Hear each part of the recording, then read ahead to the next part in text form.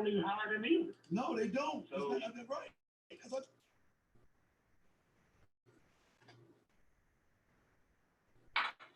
Class is in session. That's right. Class is in session. It is time to it's time to get real. Time to get real. It's time to get real. All right, 45 people on the stream. This stream is for Black men. This stream is for Black men. Everybody's welcome. Everybody is welcome. This is for Black men, in particular, millennials and zennials. In particular, millennials and zennials, okay? Last night, Brother Oshay Duke Jackson did a show with Steve the Dean Williams that said, Black men need to cut their hair if they want to work for white people. And what I saw in this stream was Steve the Dean Williams giving some very pointed advice to Black men if they wanted to move up the corporate ladder. And he repeatedly said, if you want to stay at the entry level, cool. You want to own your own business, cool. But if you want to move up, you need to focus on yourself, go to somebody who's ahead of you, in particular, if there's a brother ahead of you, and ask him, look at my work and my appearance and tell me what you think. You know, one thing that I saw in the phone calls and in the chat room, I was really disheartened by the men that called in on this show who wanted to keep arguing with Steve. I'm disheartened in the comment section that I read, and we're gonna get into it because unlike where people could point the finger at Steve the Dean Williams and say, well, you talk about when you were a mail clerk. I was in corporate America for 20 years. A chemical engineer with mobile oil for a year and a half when I quit because I hated the industry. Houston East Asset Team, corrosion engineer. Fell backwards into a career with MCI, which was AT&T's largest competitor at the time, and started out telemarketing, inside sales in a call center of 600 plus people, where 60% of the staff was Black, selling long distance from New York to California to businesses, making twice as much money as I was as an engineer. The call center closed down. MCI closed their call center down, and they took the top 5%, which I was in the top 1%, and gave us promotion opportunities. I was relocated to Austin for a call center to help bring them up to speed with selling the same product that we were selling in Houston because they consolidated call centers. But I caught the eye of an management for my ability to sell, lead, and direct. And they offered me a job in outside sales. I didn't go looking for the job, they offered it to me. My appearance, before I get down the story, I turned it down because one of the guys I moved over there with, he had made a poor impression on all the upper managers there, and they didn't like him. But I liked Daryl so much, I said, you know what? He's married, he's got a family. Give it to him. I'll go to Dallas and take the outside sales job in Dallas. I was set to go to Dallas from Austin to pursue an outside sales, entry-level outside sales job. Now understand, I went from inside sales making twice as much as I was an engineer, making about $90,000 a year on the phone. But that opportunity closed down. They changed the entire commission structure to go to outside sales, entry level. What I noticed was when I went outside, almost 100% of the outside sales staff was white. Why do you have so many Black people on the phone? Black, Hispanic, Asian, other, but when you go outside, the sales staffs are white with a sprinkling of a Black person. It was usually, wherever I worked, it was usually me and maybe one other person at best. And it was usually a woman. Anyway, I was going to take the outside sales job at MCI in Dallas. Turns out that Daryl, the guy, my buddy that I gave the job up from, he went to a career fair in Dallas and landed a job as a manager. He got promoted as a manager. And part of what he did to get promoted was said, I can actually bring you an entire sales team. I was the first rep he hired. And from that point on, my career, I went as an outside salesperson for this one company. I've told the story where I almost got fired at this company until I actually made a lot of the changes that a lot of Black men on last night's show would refuse to make. I humbled myself, I swallowed my pride, and I learned what it took to win. And guess what? That company I was working for wanted to move me up 3 levels. But the reason I didn't take the job was because they couldn't give me the starting pay.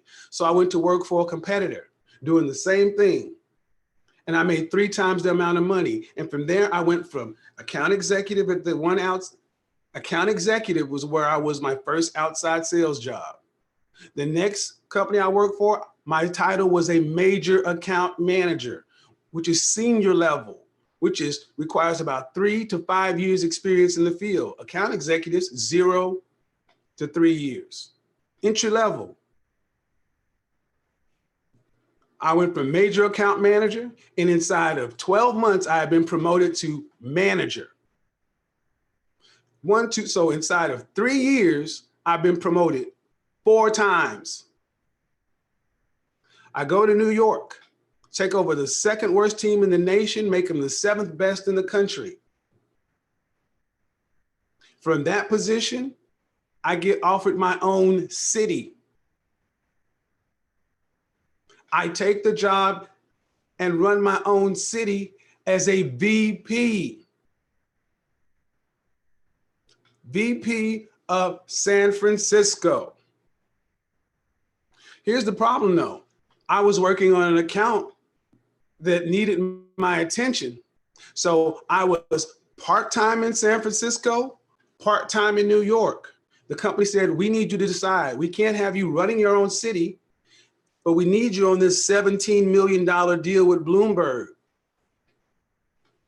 All right, I will take this job because I really didn't like managing and running the city, such and so forth. So I was promoted to national account manager, the highest sales level any salesperson can get in the sales industry is to be at a national account manager level. National account managers tend to manage one account: Coca-Cola, Delta, American Airlines, Pepsi, McDonald's. There's an entire team that works under the national account manager. He has an engineer, customer service. It basically has his own little company inside of an organization. And it is the national account manager's responsibility to make sure you don't lose that customer, because that represents a huge chunk of profit. These accounts are extremely competitive. You want to hurt a company's bottom line, steal a national account. National accounts tend to be under long-term contracts, ironclad agreements, because these things can tend to cause seismic shifts. I was the first person to land a national account for a regional bell operator for a CLEC. So what I'm basically pointing is I know what the hell I'm talking about. When I was an entry-level manager, I hired 16 people, my staff of 7, and I helped hire 9 other people. When I was a national account manager, I had 12 direct reports. I've been a pre-IPO stockholder in companies to where they looked at my sales numbers on a daily basis because they got reported to Wall Street to help us get angel funding and investing. See, what I'm talking about is a lot of stuff that I never hear guys on YouTube talk about. None of the guys calling in last night had any idea this shit was going on. They're all entry-level dudes. So I'm gonna tell you something.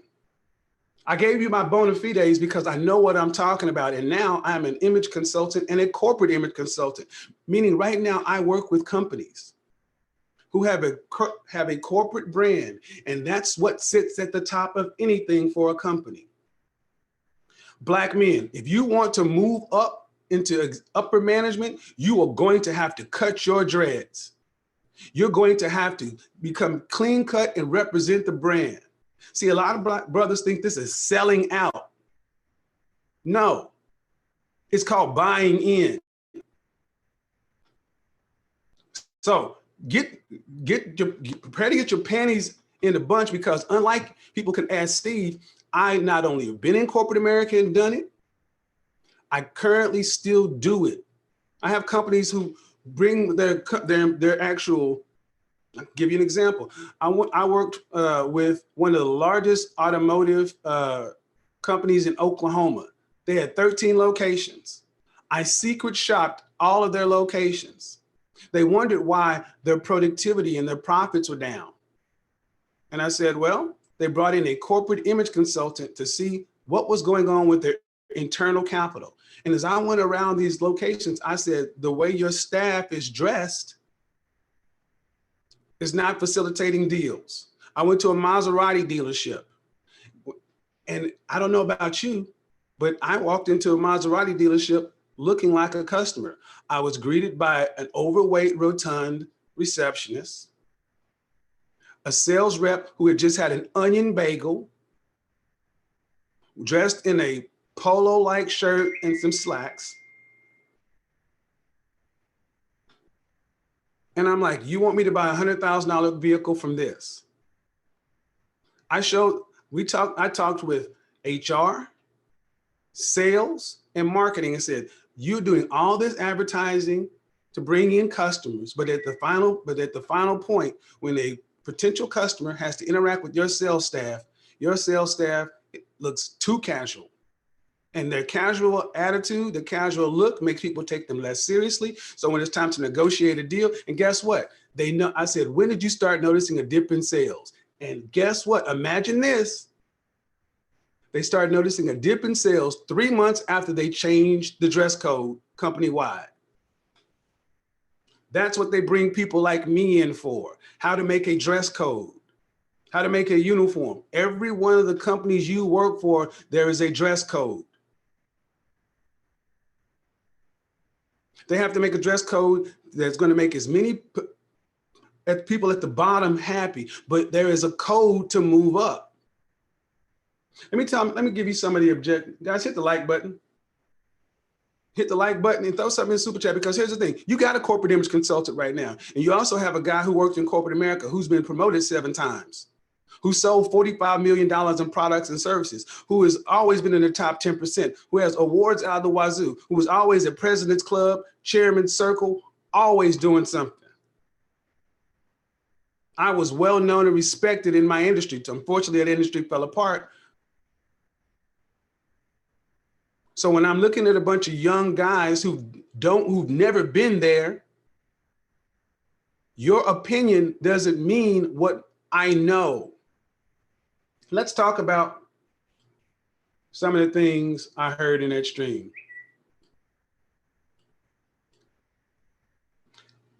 Your hair is about expression or being unique. That's fine. But that's not why you got the job. You didn't go get a job at that company. I guarantee you, when you went to work for that company, you didn't go and say, you know what? I want to be unique. You didn't go to that company and say, you know what? I want to be unique. Appreciate the cash app. You didn't go to that company and say, you know what? The reason I want your job is I want to express myself and be unique. That ain't what you said. You said you wanted to come in here so you could be the best employee, compete, help the company achieve its goals. Next, it's about racial pride. Here's the biggest one. Man, you expect me to go in there and cut my hair and have to submit to these white men? Here's some other things I heard. The world is different now. I work in tech, and in tech, it's common to look sloppy. It's common to have dreads and long hair, such and so forth. Incomplete. That's at the entry level. But at the upper levels, the corporate rules remain the same. Times have changed. It's not like it was. No, I'm still in it, brother. I'm in it, and I'm further ahead than you are. Because realize this, you can tell me about your anecdotal situation, but if you can't match resumes, you can't match experience with me, you can't match arms with me. I've worked in it, and now I still work with companies right now. Why do you think every time you guys see me in a live stream, I'm always in suits? It's branding. It matters. Do you think Tom Ford would want to do a deal with me and have me represent their brand and say, this video was sponsored by Tom Ford. This video was sponsored by Chanel. This video was sponsored by Dior. This video was sponsored by such and so forth. They look to see it. Let him hear. Shout outs to the Godfather. Appreciate it. Let me keep on going through. Here's another one. Here's a big one. Dude said, you know what? All this stuff is subjective. All I need to do is a good job, and then I'll win. Let me tell you something. If you honestly believe the guy who does the best work, if this is a meritocracy, you're fooling yourself. Look at your president. Is your president the smartest guy in the country? No, he was the guy who sold himself and played the game, sold himself well and played the game. It's not a meritocracy. Your results, your sales numbers only get you consideration. I have seen people who did not want to play the game get passed over constantly. And guess what? When I moved up, I had colleagues who hated my guts. Oh, sell out this, oh, sell out that, while they're still in an entry-level position 5 years later. Newsflash, you are supposed to be moving up in these companies. You're not supposed to get a job in the mailroom and stay there for 7 years. Let me get to the next point. Most black guys are stuck doing the same job title they came in with and the same responsibility, because we should not have to do, or it should not be this way. Brother Kev, you are a gent of this generation. Appreciate it. Bless you. All the stuff, I shouldn't have to, or I should not have to. Take all that stuff out of your vocabulary. Corporate America is dog eat dog. It is extremely competitive, and you're competing internally and with your competition. You better believe that AT&T would have, when Exxon and Mobil, before they merged, Exxon had Exxon Wednesdays. You had to come to work in a white shirt and a red tie. That was the corporate uniform. Mobil was a blue tie. You better believe that, like any good team, they're looking for a weakness. If you are going to compete, if AT&T and MCI were going to compete for the American Airlines account, they're going to look for a weakness. They're going to try to exploit anything. And if you come into the, if you're the pitch man, and you come in and you got him dreads, and the person sitting over across the table from you, the ultimate decision maker, is a 55-year-old white guy from Missouri, he doesn't understand you. There's something about you that he just don't like. He can't put his finger on it. You may have a great presentation, it may make great business sense, but the best proposal doesn't always win, because if that did, as a salesperson, all you have to do is come in and say, guess what? I can save you 40% by giving you the same thing you got right now, just changing billing. If sales was so simple, if it was all just binary, but it's mostly about people buy from people they like, and we like ourselves. And here's the reality. You don't get to go to a white man's company. Understand something. If you built a company yourself up from what you have right now to 1 employee, to 3 employees, to 10 employees, to 50, to 100, to 1,000, you are not going to let somebody come in and jeopardize that. You're not going to put somebody in that's not going to help you win. Why would you put somebody in a deal who wants to express themselves and have racial pride more than they want to get the deal closed? Growing my hair makes me feel more confident or feel black. You, my friend, if this is what you feel, you need therapy.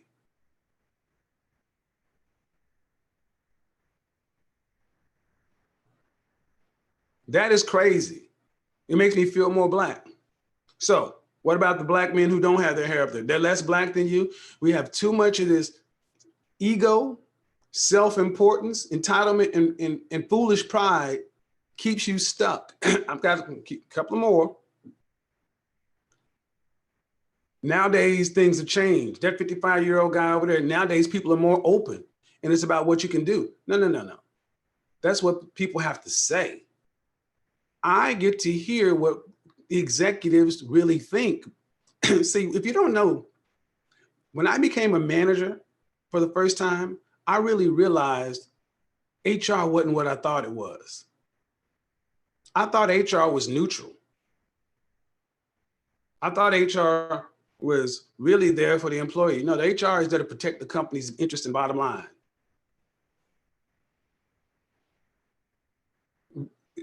Moderators, if somebody comes in talking, insulting me, time them out. Don't come in here. If you come in here cursing, I'm going to block you off my channel. You don't have to like what I'm saying, but I tell you what, tell me I'm wrong. Prove it. Let's see if you can match arms with an actual corporate image consultant who's actively still in this business and somebody who has 20 years experience of moving up in corporate America. It's easy to throw pot shots at Steve.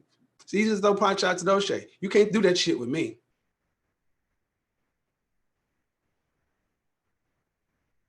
I've ranked higher than a lot of you guys ever will. And here's the thing. The foolishness is when you're given information,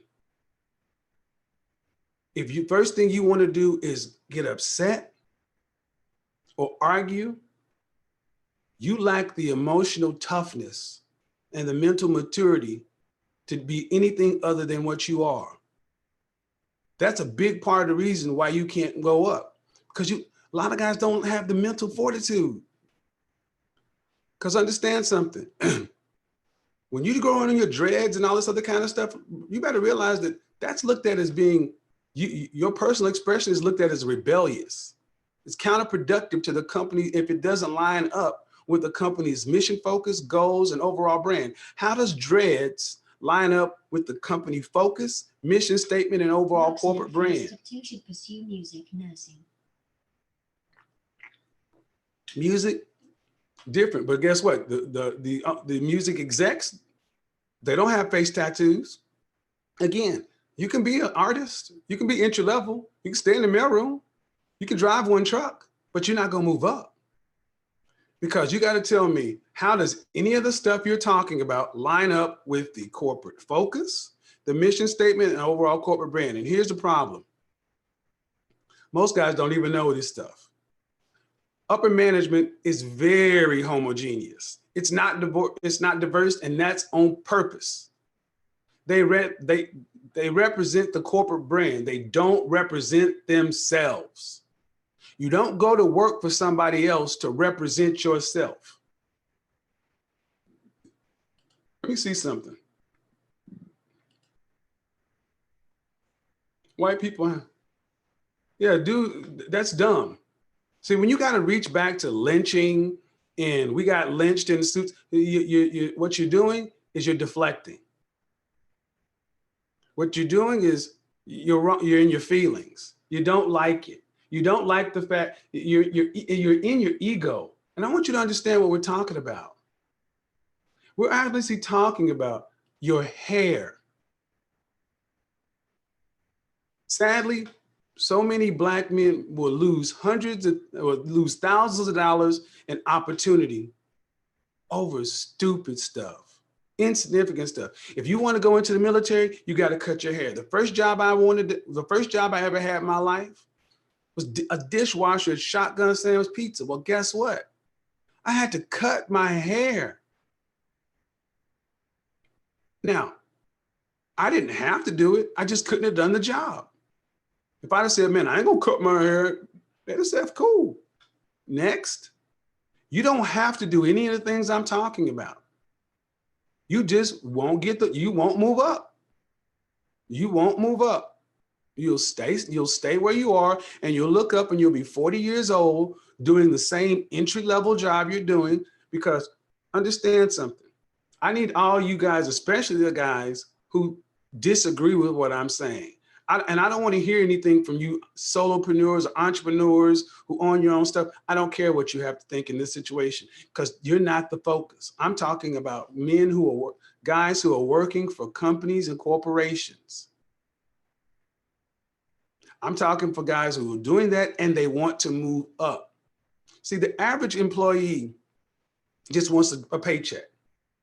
They don't go in. They don't have the average person doesn't have a career path. There's no career path. There's no career plan. They've never sat down with an image consultant or corporate consultant and mapped out a plan. Just like a lot of you guys, just like myself, I was born as a result of casual sex. My parents weren't married. They didn't sit down and make a plan to have a kid. That's how you handle and think about it. That's how most people handle their income. Do you understand your company's organizational chart? Who's the CEO? Who's the CFO, CIO? What does it look like? Okay. And then what division are you in?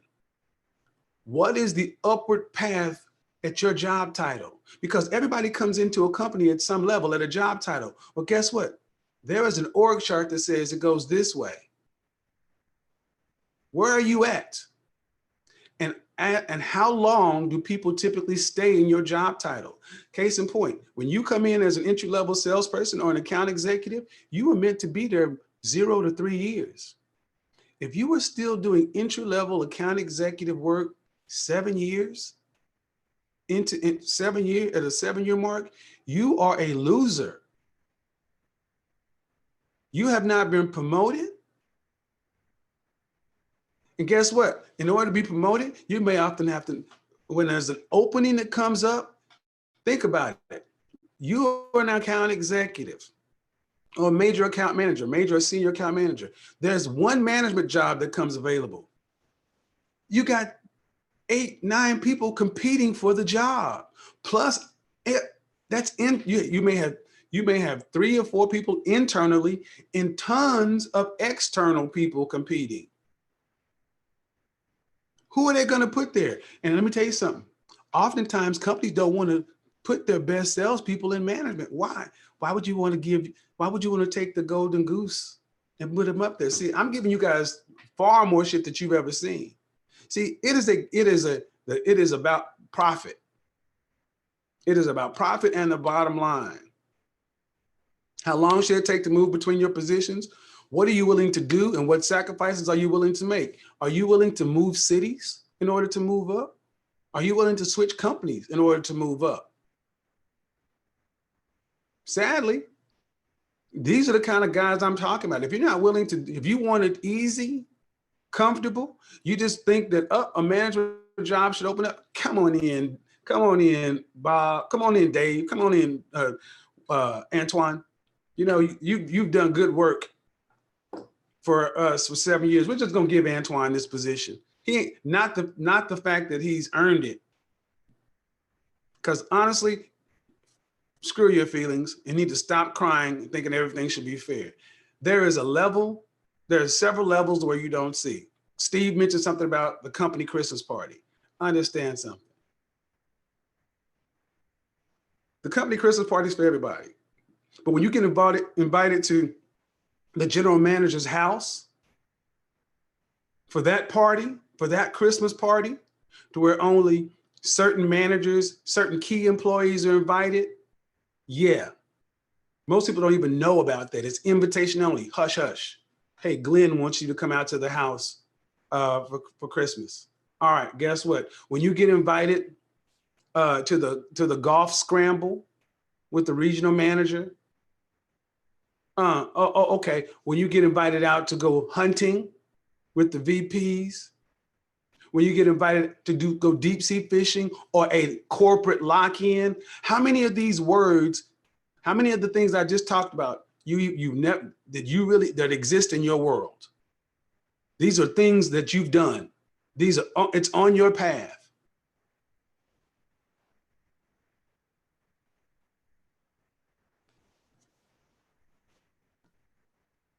I switched companies and got a $7 raise.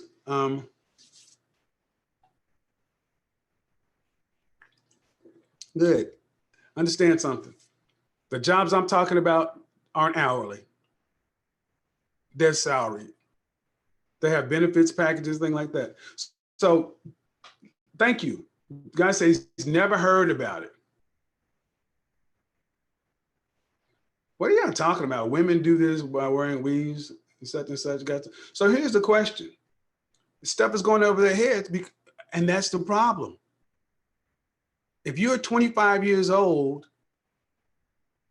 I actually, let me back. If you're 28 years old and the stuff I'm saying has gone over your head, let me tell you, you are woefully unprepared to be out here competing.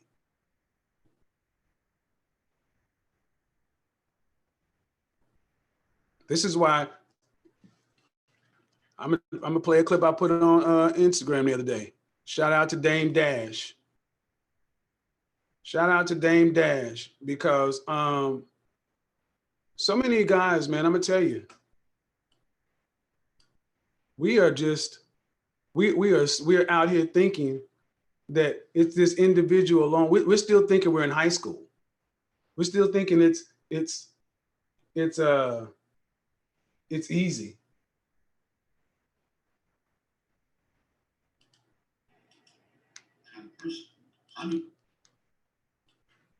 So many people are still thinking it's high school. It ain't high school. This is real game. This is real world. I'm gonna open it up for some questions, because I know there's some guys who may just not know. But I need you to listen to what Dame Dash had to say about this topic. A lot of you guys don't know because you don't know. What are you gonna do about it?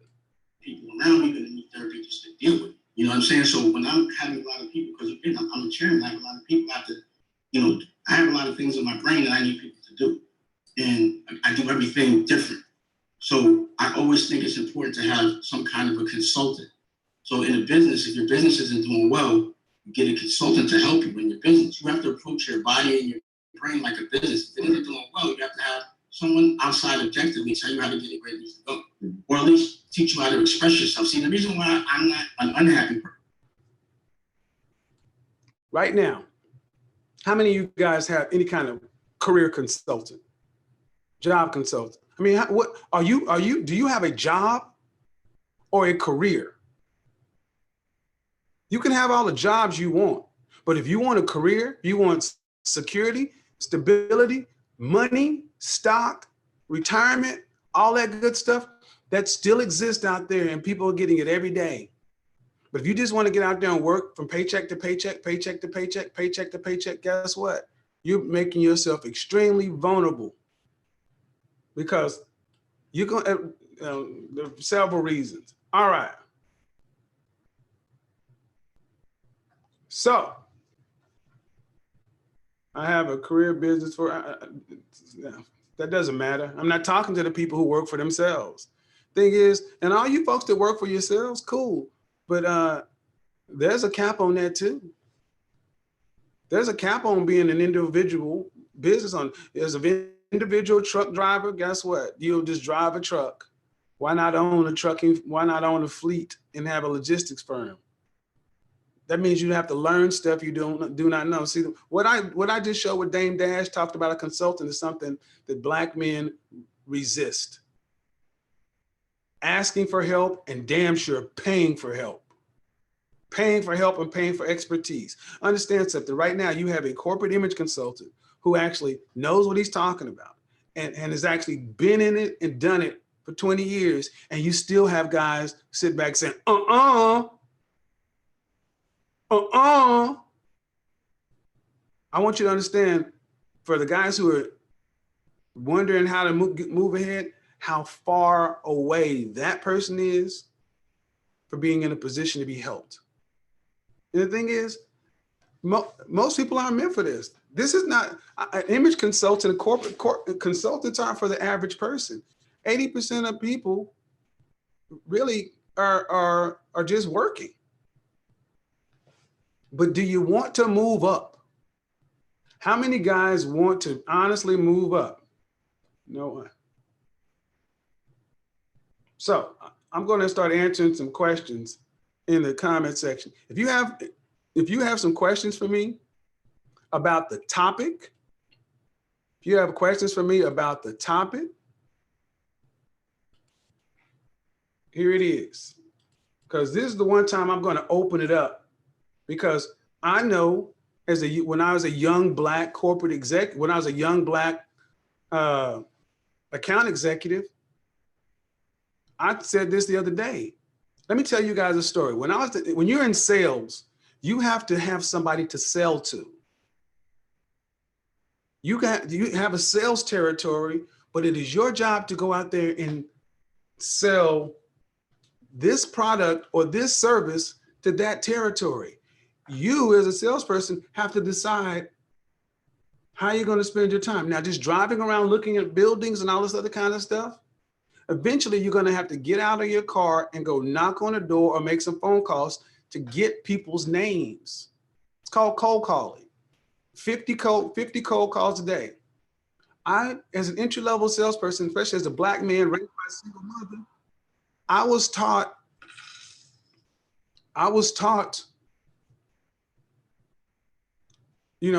not to ask anybody for help. Rely on yourself. So I had downtown Dallas.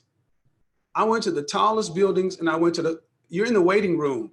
Look, man, if I'm Fitzgerald, you can come back. The waiting room is going to be over there. Guys, don't get impatient.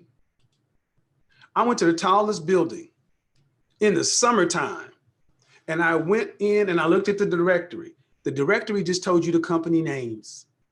It didn't tell you the offices. So I said, I need to go in and find the telecommunications manager or the MIS director or bottom line, the office manager, somebody. So I went in, I went into the first floor and I walked in unannounced. Excuse me, can you tell me who makes the decision for your local and long distance service? Would that be your telecommunications manager, management information system? Would that be office manager? There's a big sign that says no soliciting. They can arrest you. You can be in the waiting room, gentlemen. Kevin Paris, wait in the waiting room. All right. I'll go ahead and admit you, and I'm going to put you on mute. I'm going to put you on mute So I went and I cold called the 70 some odd story building. I'm going to mute you.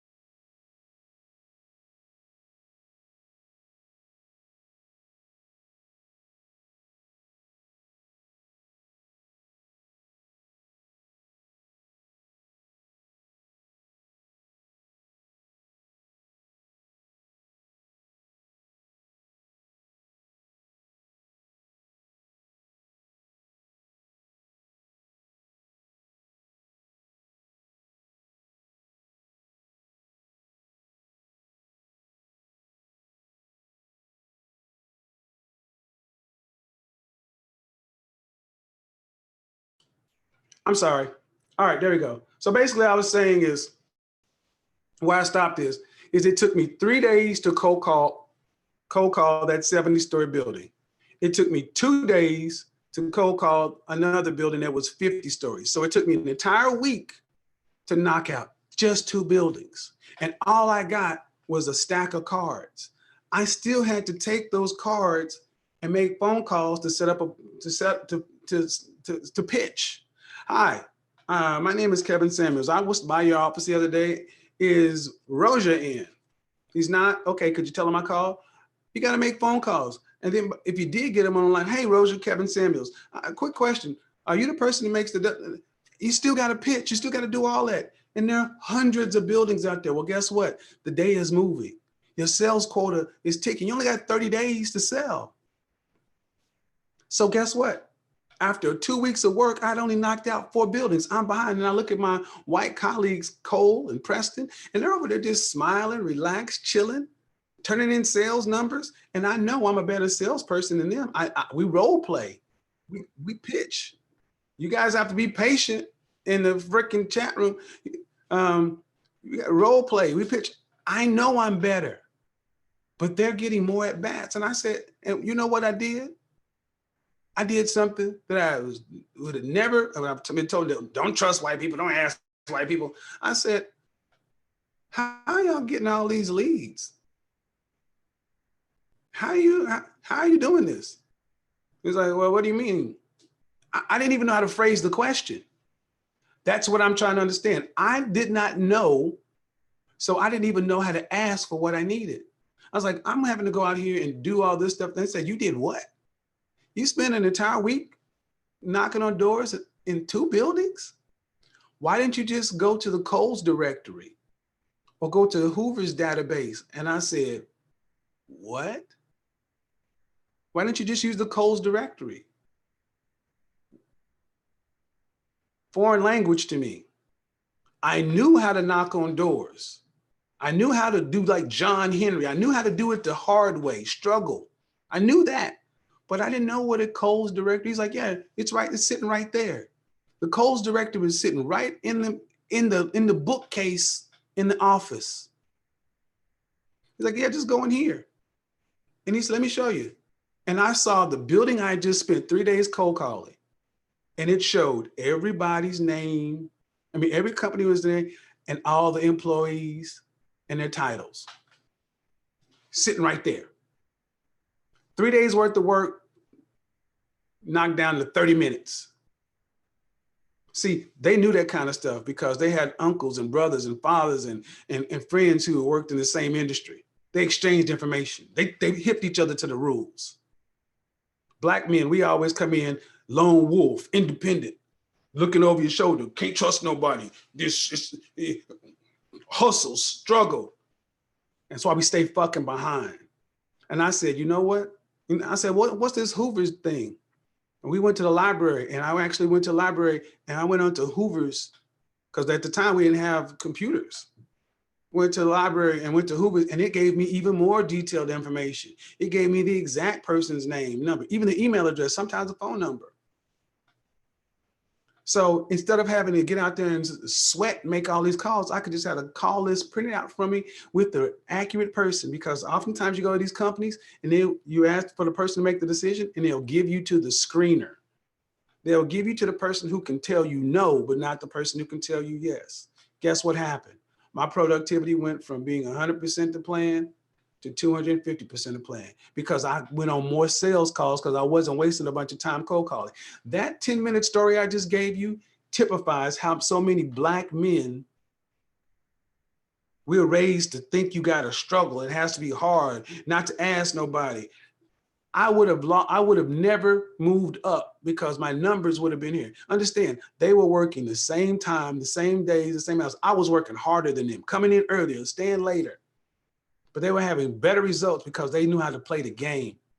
They knew how to move the pieces. I got stories like that otherwise. So anyway, let's open it up. Yeah, I'm tripping. Tell me how deep. Don't tell me I'm tripping. Get your butt on the line and tell me how you can give somebody better advice and outcome. Prove me wrong.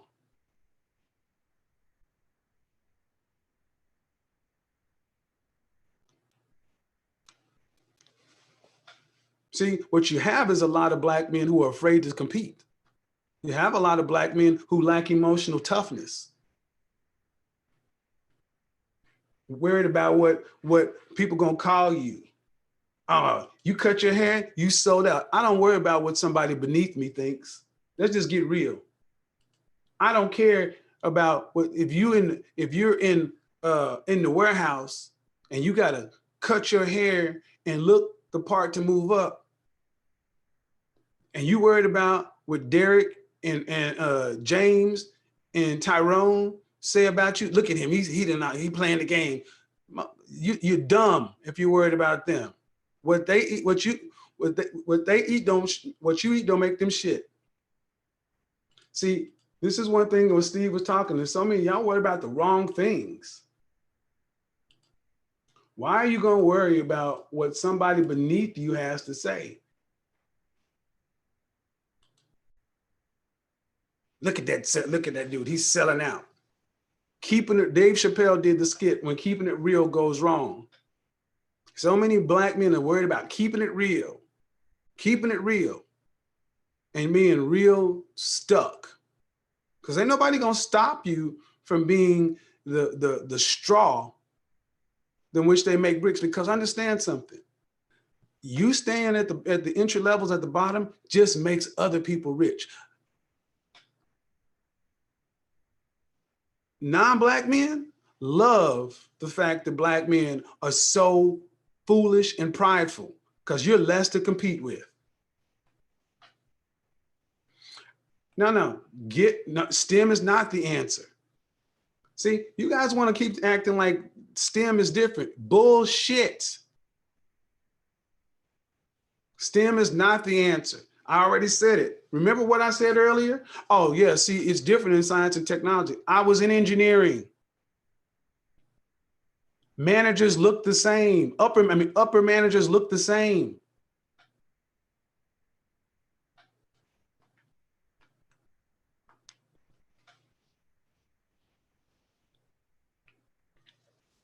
See, you got fools coming in talking about stupid stuff like assimilation and stuff like that, like you the Borg or some stuff. So ask somebody like Deep Lockett. All right, Deep Lockett, do you have an executive position you can put a black man in? For the people who want to say that, I don't know, that this is not right, we live in a world of cultures. This ain't about worlds. This ain't about worlds. This is about companies and brands. So if I tell you get on the panel, you get on the panel. Get on the panel. I don't want to hear you talk. I want you to get on the panel. You don't have to show yourself, but man up. I'm not surprised when you say, I'm surprised by the pushback in the chat. I'm not. A lot of young black men are emotional, raised by their mothers.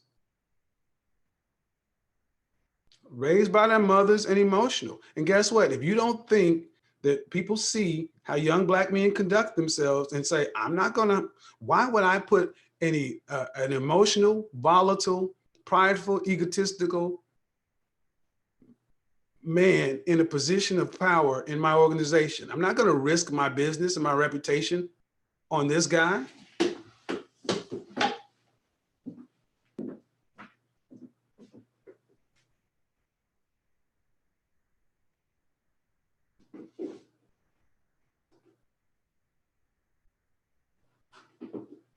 I'm not going to risk my business and my reputation on this guy.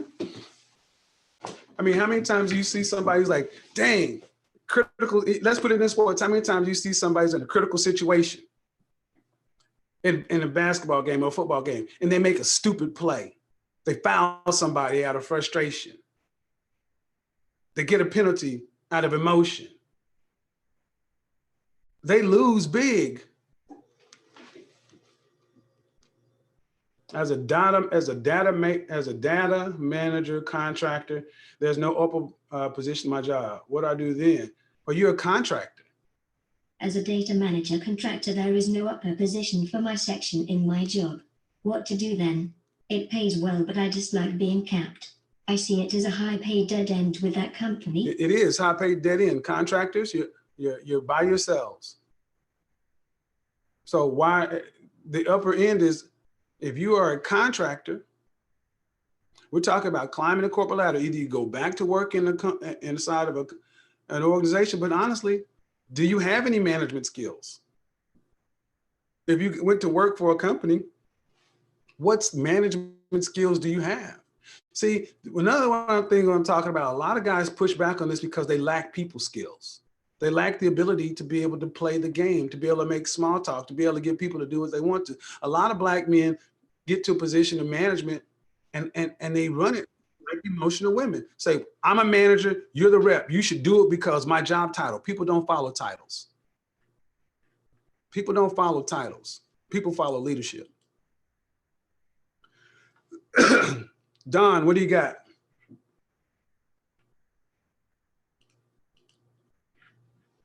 Don.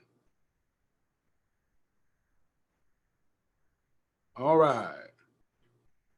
Hello, Don. Can't hear you. Come on. Can you hear me? Now I can. Is my voice good? Say again. All right, so. Okay. Get off of, mute the YouTube channels in the back, and please get off the speakerphone or Bluetooth.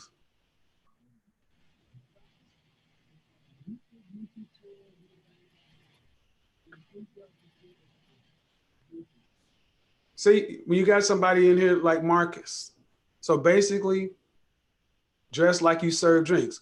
More shaming tactics to keep you stuck down there with him.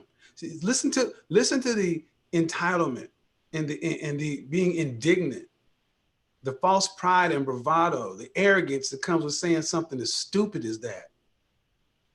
And he actually thought it was funny. He actually thought he was being witty. I really need you guys to understand this. What advice do you have if I want to move to a new state? Should I stick with my job or look to do something new? Currently work for a big corporation. If you want to move to a new state, I would move to the new state with the company because it's the easiest way to go. And then once you're in the new state, look around. Don't do two things at once. It's easy to find a job once you're already there. But I need you to go back to understand what these people like Marcus. Now see, Marcus does not have a management job to put you in. Marcus does not have any advice, practical advice that he knows that works. He has none of that. He's got none of that. All he's got is barbershop and schoolyard insults, like a junior high schooler or a high schooler. I need you guys to understand this is what happens far too often for Black men. And it's because you got so many Marcuses around. A lot of young Black men are like, well, I don't want to be called a sellout or a coon, or I don't want to be said I look like I serve drinks. You better stop caring what Marcus thinks. You better stop caring what your cousin thinks, what your auntie thinks. You better start caring about what's best for you. Go ahead, Don. Waiting for you to get your volume together. Yeah, is everything good now? There we go. There you go. What you got for me? All right, so all I wanted to say is I feel like you're absolutely correct. However, I just feel like, you know, of course you can't tell a white man what to do in his house. So you have to play the game. But at the same time, you kind of telling like why do Black people, especially Black men, why is their hair unique? Like why can a white man, you know, have his job and he could have an inverted mohawk? He can have a bald head in the middle, but hair on the side. Why is that acceptable? Do you see any of those people in executive management? I'm sure there is. Let's not play. No. Do you see any of those in executive management in your company? Not at all. No. So what are you talking about? They can't do it either. But I don't work for anyone. No. Okay, but so you gave me an example. Right. That you can't tell me you see. I'm sure you've seen a lot of people. Brother, you cannot pull them up. Just a Google. So what you're telling me, what you're wanting us to believe, right, is that Black men, there's only Black men that have to play the game.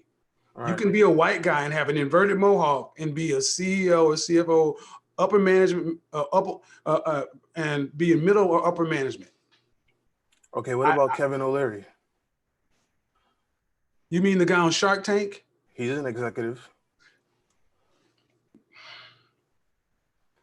Anecdotal one-offs don't change the fact. You look across the cross-section of America, right. Middle management and upper management is homogeneous. See, how about this, Don? Why not just accept what I said is accurate instead of continuing to question because you don't see what you're in your feelings. I don't disagree with you. I think you're right. Well, if you think I'm right, why did you say, well, why can white boys do it when you can't even tell me white boys that are doing it? When you asked me, I mean, you stated that it's all about the brand and the company, right? And how your parents. Hold on. Okay. Get it correct. I said personal expression Right. is rebellious and counterproductive if it doesn't line up with corporate focus, mission statement, and overall corporate brand. And whose image aligns with that? What do you mean whose image aligns with that? Rephrase your question. A white man's image aligns with what you're saying. No. Well, unfortunately, let's go down that path. Because we're in their house. Hold on. I'm here. See, brother, this is a break of corporate rapport right there. Because if we were trying to have an exchange of ideas, if you made a Fortune 500 company from the ground on up, you could make the corporate brand focus and image what you wanted to. And that's exactly why I'm here. So I can But say that's that. the point. That's the point. Your work. See, we don't have problems working at the lower levels for them. Okay. But we have a problem is going at the upper levels. See, you'll pick the goddamn cotton, but you won't want to go to the big house. Let's get real. I'm with you, Kevin. I'm not disagreeing with what you're saying at all. Everything you're saying is right. Hold on. Every day on Shark Tank. What are you talking about? I understand, Brian. So what's bothering you about what I'm saying? Because it's just a lot of things, a lot of different variables. You're saying that the brand, your image has to be basically with the focus of the brand, right? But then I'm like, whose image is that? And it's of the white man's. Okay. You're saying a black man has to cut his hair and he's too prideful. Hold on. It's if you want to work for that company. Right, in their house. Okay, no, you can call it their house, their company, their business. Right. Did you go to college? No, I didn't. Okay. What do you do for a living? I'm an entrepreneur. I'm a musician. Okay, you're a musician. Right. What do you do? I'm a music artist. I'm a composer. Okay, you're a composer. How do you make money? How do I make money? The way I make money. Okay, this is not a trick. I'm trying to talk to you. So I want everybody to pay attention. You notice how defensive he is. I just asked you, brother, did you go to college? That's a yes or no question. It's no heat, no judgment. Yeah, I answered you. No, you're not. You're being non-responsive. How do you make money? I just make money the way I make money. All right. So not in corporate America. So brother, real talk. Yeah. Why are we talking? You don't even want to tell people how they make money. So you don't even have a career. Through stocks and bonds. Okay. Through stocks and bonds. How? But it's like you're not getting at the exact argument. No, brother. You're saying how black people are not ahead. Hold on. This is my channel. Right. Corporate image consultant. Yeah. I'm the one who's went through corporate America. And unfortunately, you just said you don't have any experience going to college and you're not in corporate America. You're a musician. Who says you're a composer, and you can't even share with the rest of us why you're credible to even be talking about this or questioning why I'm right or wrong. We need to investigate. You're not wrong. So what's the ultimate point? What's sticking in your craw other than the fact that it's the white man's corporation? Can I answer you without you cutting me off? Will you allow me that? If it's going to be anything, go ahead. You were saying that black men are basically losing because they have pride. My thing is, why is it that a black man can't grow his hair? And why is that such a big deal? Why is it that he's being unique because he wants to grow his hair? Why is having dreads rebellious? I've answered that several different ways. I don't know what else you're trying to hear. You can grow your dreads. You just won't move up. Right. If your dreads don't line up with the company focus, mission statement, or corporate brand, you will not be put into a position to represent that company. You will be invisible. You can be in the stock room, you can be in the warehouse, you can be a truck driver. but you will not be on the masthead. You won't be on the website. You won't be anywhere.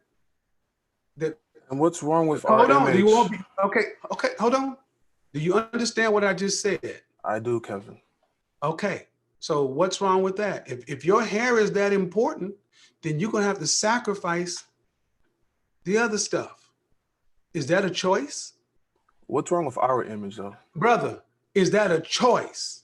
What's wrong with our image? So I'm going to ask you one more time. When you say, is that a choice? No, It is a brother, choice. no, okay, it is a choice. That's right. And it is a choice. So you get a choice to choose between your hair Right. and potentially moving up. That's all you get in this world. See, what you're not understanding, how do you? I'm 24. Okay, you're 24-year-old guys a lot. And what would your father say if you asked him? I asked him what? If you talked to him about this, what would your father say? State your question. What would I ask him? What would your father say about playing by the rules and having to get out in corporate America and having to play by the rules by everybody else plays? What would he say? Well, from young, my father always gave me the business mindset, like Dame Dash would talk about, being your own boss and starting from young and learning What would your father say about you want to move up? You got to play the game. Absolutely. What would your father say? So what would he would tell me to be my own businessman. But if we're pretending to growing in business America, corporate America, he would say exactly what you're saying, to play the game. Well, that's all we're talking about, brother. So that's that. See, first of all, you're young. But why aren't there more Jay-Z's Stop. with titles, Spotify's? Okay, let me go ahead and mute you up. Go ahead. You're young. Right. Do you understand that you're talking to someone who's done it? Your opinion and my lived experience are nowhere close to being the same. Do you understand that you're working with someone who currently advises companies and individuals how to line up their corporate focus, mission statement, and overall brand with their business objectives? I have corporate clients who come to me to help refurbish their image to help them move up the corporate ladder. So why are you not just accepting what me as the professional who's lived it and done it is talking about, instead of asking, why can't it be? Because you're not telling anybody to trailblaze. Because I'm telling you what you don't want to hear is, no offense, dude, but fuck your feelings. It don't matter how you feel about it. It don't matter if you like it. I'm not in. You don't have to. And you keep talking. Down other black males. They crushed Michael Vick for saying Conan captured cut his hair.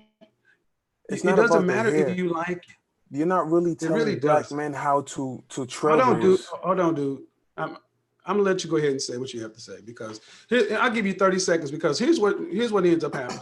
As young black men, you're far too rebellious when you're dealing with older black men. We naturally push against older black men, even the ones who know something. And the thing is, you can do what it is you want, but honestly, what you're saying is, I'm a musician and a composer, but you haven't said how you make your money. And I'm not even understanding what dog you have in this fight. Oh, it's my goal? Yeah, what dog do you have in this fight? Kevin, I watch all your videos. Okay. I elevate through your videos. I don't disagree with what you're saying. All I'm just saying is, when you're saying how black men are losing and how other races like when black men are prideful, it's understandable. But at the same time, you're not in this episode. You're not telling men to trailblaze. You're telling them to play by the game and play by the. Excuse me. Pardon me. Excuse me. I'm not telling them to trailblaze. That's not my job. Right. It's not my job. This video is about how to move up in corporate America. The fuck are you talking about? I mean, seriously, it's not my job.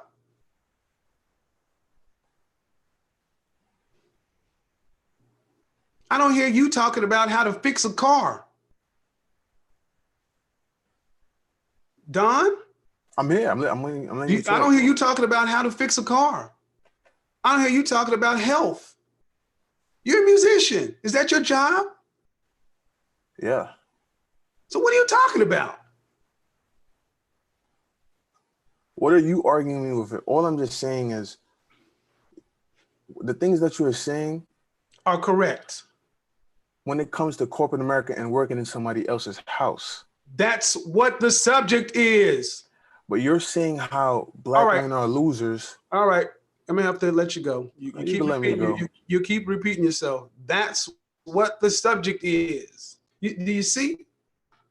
You see what I'm talking about? A 24-year-old guy who says, I respect your content. I respect your content. Did he seem like he was respecting anything? He wanted to argue. The fact that black men are at the bottom. You don't have to like it. It is a verifiable fact. We are at the bottom. Black boys are at the bottom. Verifiable fact. Why should we have to cut our hair? Why should we have to do it? How do you move up with that kind of rebellious, I ain't got to do shit attitude? And I'm supposed to be somebody that he respects and likes. Can you imagine that kind of attitude? I want you guys to pay attention. Can you imagine having men like with that mindset in corporate America? That level of rebelliousness. And it's all about because I shouldn't have to. I should be able to do what I want to do inside of the company you made. And that's some bull. This is why you have dudes that are like 35 and 40 years old doing entry-level jobs. Because they couldn't make the transition. You ever ask yourself, why that is? Can't make the transition.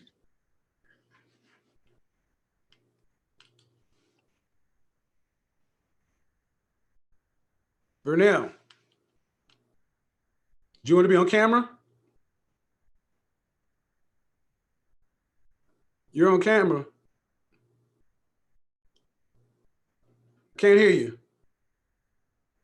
I cannot hear you. Turn on your, there we go. Say something. There we go.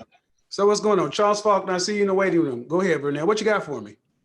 Okay, so first off, I didn't know my screen name was going to show up all wrong. Okay. But first, I know that your content is awesome. I'm 29 years old, and I got it. You're completely correct. Like, it's not the fact that you're saying to not cherish ourselves because of our individuality. It's saying that if you're trying to work in these corporate settings, you have to play the game in order to get to where you want to get to. You're not saying that we can't be individuals. I mean, as you can see, I have a long beard and whatnot, and I get some pushback because of that. But here's the thing, though.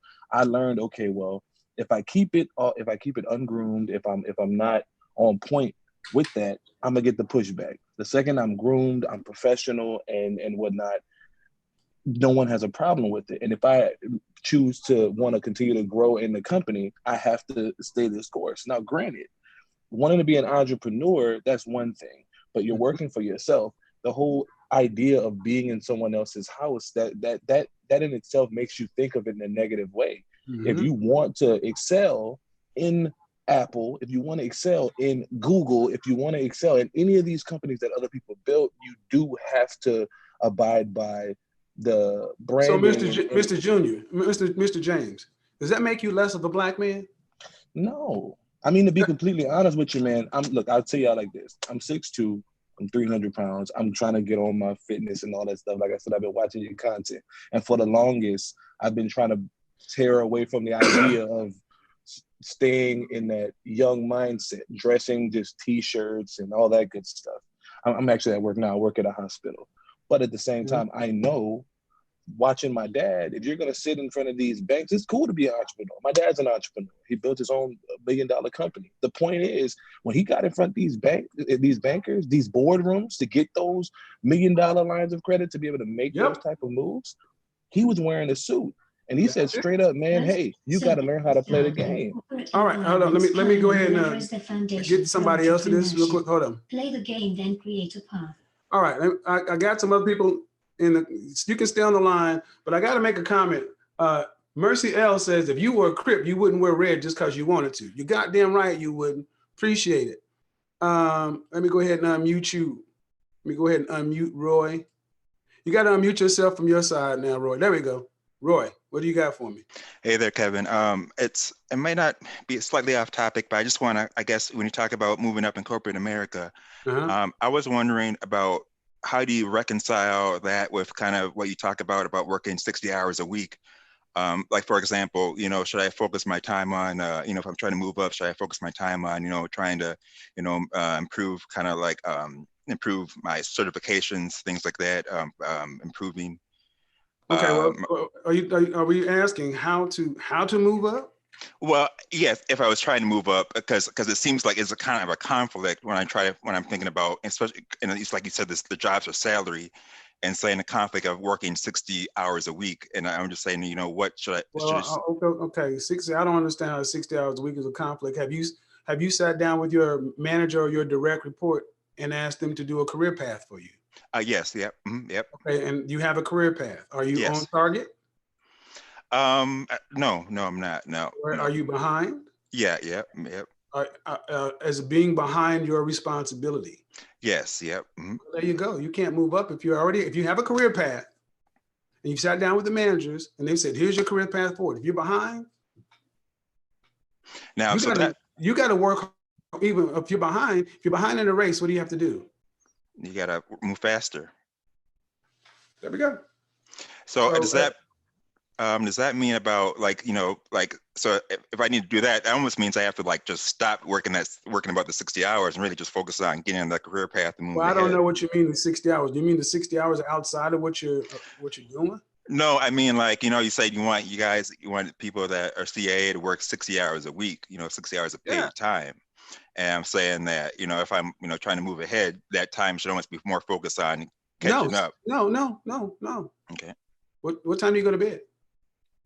I go pretty late, around like 1. So that Kevin gives necessary excuses of men a chance to speak. You worthless worms. What are you talking about? Sorry about that. You go to bed at 1? What time do you wake up?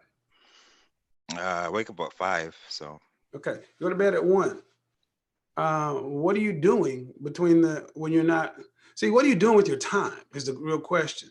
It's not the 60 hours. It's probably the usage of time. This is why you need to get one-on-one consulting. You need somebody from the outside looking in, because you gave me 3 different issues.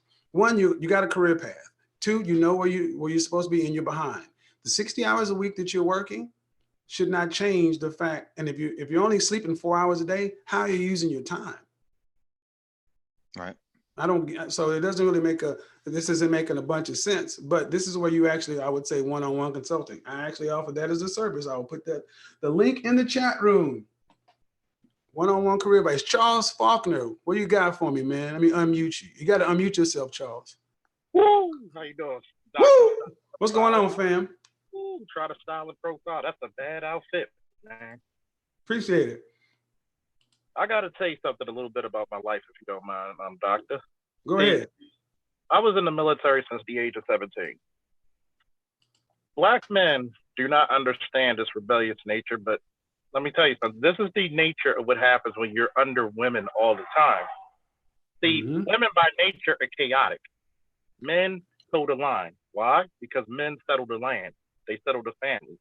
Have you ever noticed you have a more structured child when you have them raised by men? Mm-hmm. Want to excel into the upper echelon of masculinity and manhood, you got to play the game.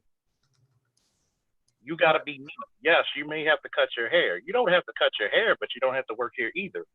Right. Like in the police department, I'm on the list to be promoted to 3 sergeant. This year alone, just by shits and giggles and very little overtime, I made $90,000. A little over that. When I get promoted to sergeant, that money will increase even further. So Black men have gotten this mindset because of this feminist agenda, is that they're trying to get the maximum amount of money from the minimal amount of work. There you go. Does not work that way. That's it. See, people want to talk about, well, how could we trailblaze? The fuck you need to trailblaze? Get your shit together. Everybody's not meant to have their own business. All right. See, So go ahead. Go ahead. See, a lot of people need to really find who they are and what are their capabilities and work upon them. Strengthen your weaknesses and maximize your strength. All right. We go ahead and put you back in. We had somebody drop off. What you smoking on today, man? This is the straight jacket. All right, fam. All right, man. Charles made a couple of good points. A couple of points I want to emphasize. Wanting to get the maximum amount of money from the minimum amount of effort is is not masculine. It's not manly. It's not. We work and we expect to get, you pay like you weigh, you get what you deserve. That's number one. Number two, you talking about trailblazing and all this other kind of stuff it's just, to me, it sounded like I couldn't even get a guy to tell me how he made money. We got this whole thing about counterculture rebellion, and it's not, you cannot show me where guys are winning or how it's helping guys. Let me put this, let me see. Marcus, let me unmute you. Sorry about that, let me unmute you. Marcus, what do you got for me? Thanks for your time today. I just wanted, can you just highlight for a second just the amount of money that cats are missing out on because they won't just, like, there's just so much money that's out there. Okay. And they're missing out on it just because they just want to be. Well, let me give you an example from my career. When I was an entry-level salesperson, an account executive made between $30,000 and $36,000 on a base salary. And we made roughly 25% of contract value. The next position, this minimum starting salary was $45,000, 45 to 60. And they got 30% of the contract value. So if you just take, back then, the average company would promote you. They could bump your salary 20%. So let's say you're making $35,000. The next spot up, you make 20% more. That's $7,000 more. That's 20% is $7,000 more. Okay.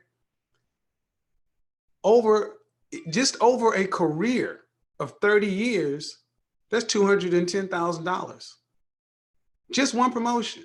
That's not even including the variable numbers of your sales percentages. The thing is, once you get the job title, you have it on the open market. If your company doesn't want to pay you, you could easily go out to a competitor and say, I'm a major account manager. What's the job? What's the position pay? 45 to 60? Oftentimes people go from one company to another company and double their salary. Double their salary for doing the same kind of work.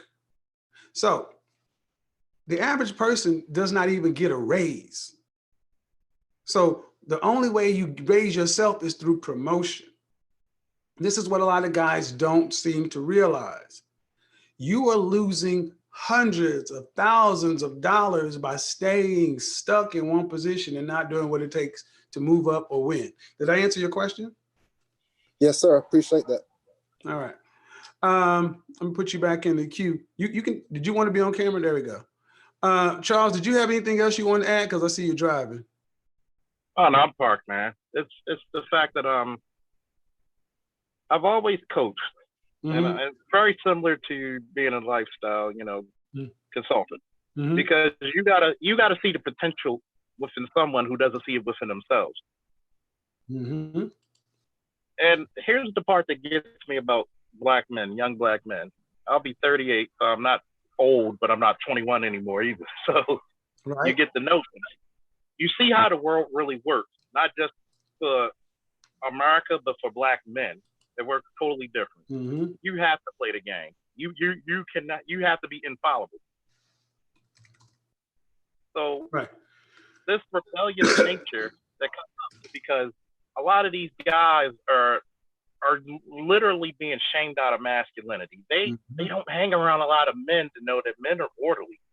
I've even looked at the chat where some people were admiring my cigar or complaining about it. See, this is the part when a few videos you did. The problem is a lot of black men don't even understand fine cigars and find liquor or conversation starters. I've gotten cards from guys who are millionaires to say, the day you decide to stop being a cop, I want you to be my personal security. Oh yeah, I consulted with a guy earlier this week, and he's doing personal security for rappers and executive protection. And I consulted with him and said, look, man, you have the prototypical image you could run your own executive protection firm and become a multi-millionaire in New York. And that's the goal.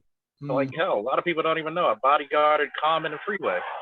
Like, just making about anywhere from $1,000 to $2,000 for 2 days. Just for conversation starters. A lot of people want to have this rebellious attitude, but don't want to take the time to learn under a master. It's like a martial artist. If you really think you're going to go in there and kick the master's ass first day, you're going to have a sore ass coming to you.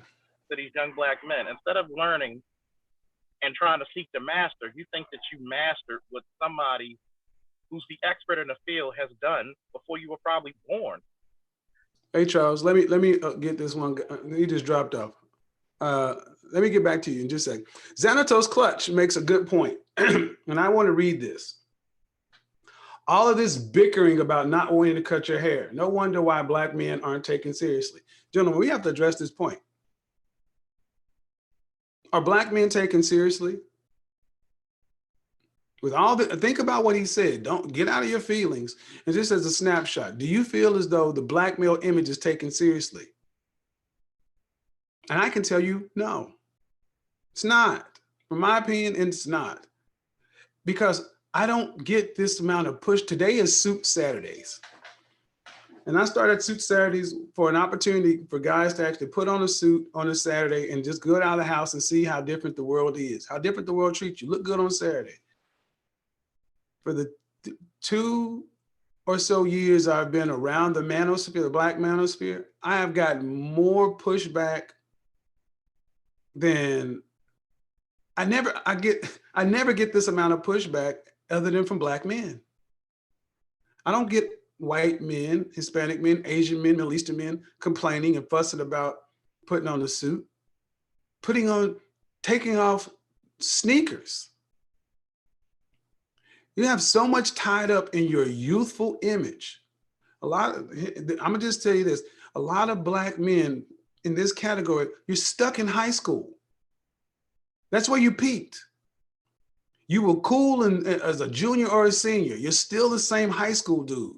You dress like you're in high school. You mentally act like you're in high school. This is where you are. You carry yourself like you're in high school. And unfortunately, you're getting high school outcomes. Well, that's very true, Mr. Samuels, because a lot of guys peak. You're supposed to peak and start getting to your prime when you're 30, 35. And a lot of these dudes are taking a feminine approach to life. Women peak from 6 to about 16 to about 30, 25 at the most. It's the opposite for men. The older we get, the better we get.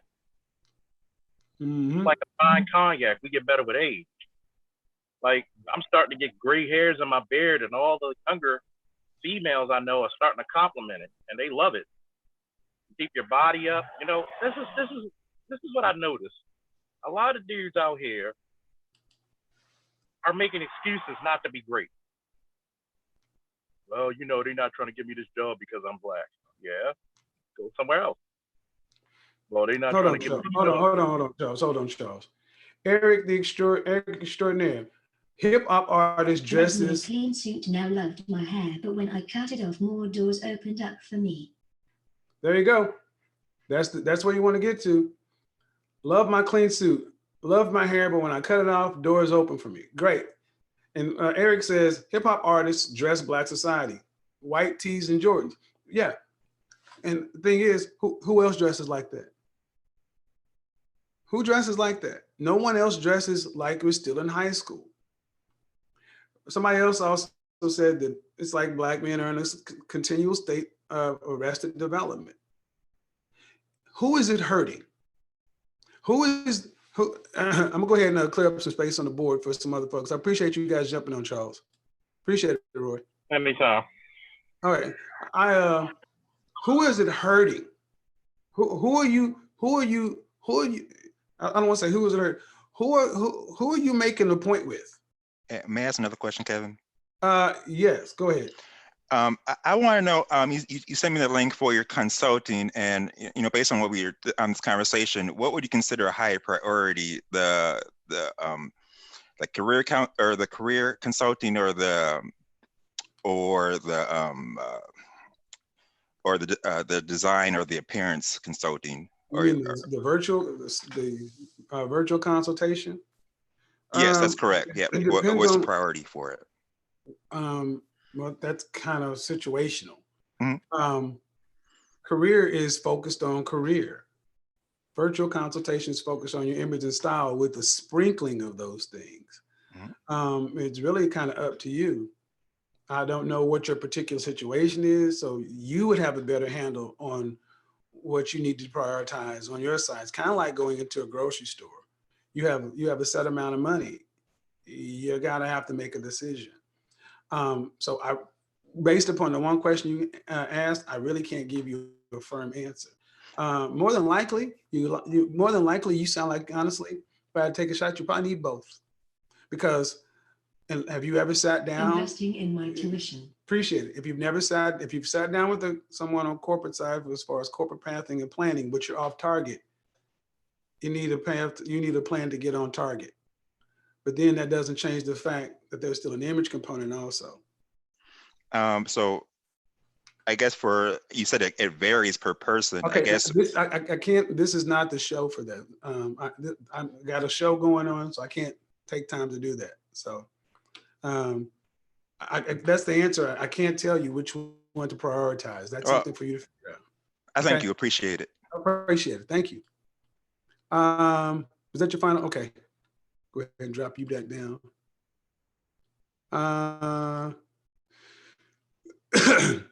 King, whoever, I can't pronounce, King's Zuku, Fire Nation. What's going on, man?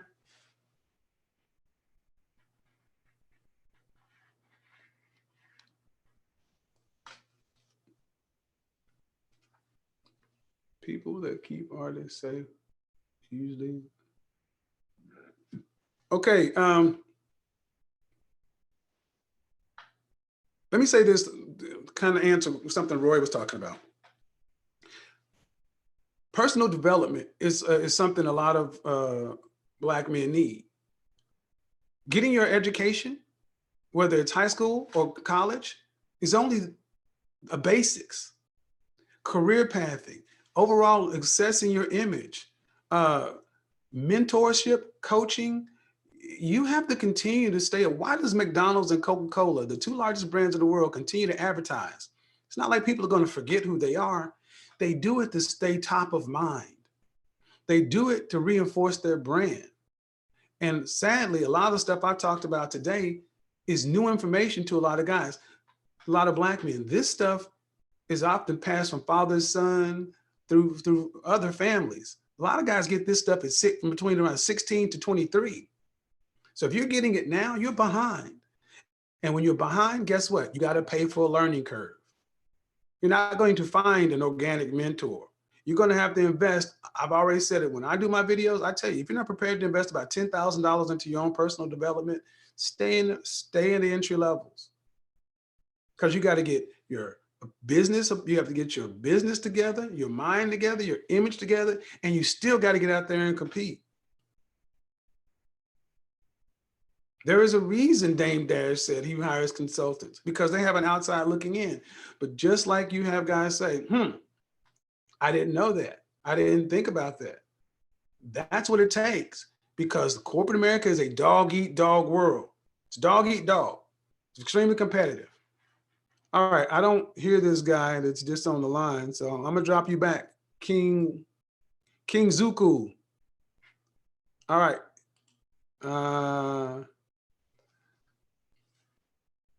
Finding a mentor can be so hard. Before and after, this is what I need you to understand. You don't need to find a mentor. You need to hire a coach. Finding a mentor is for about 3 to 5%. You need to hire a coach. I've said this before and I'll say it again.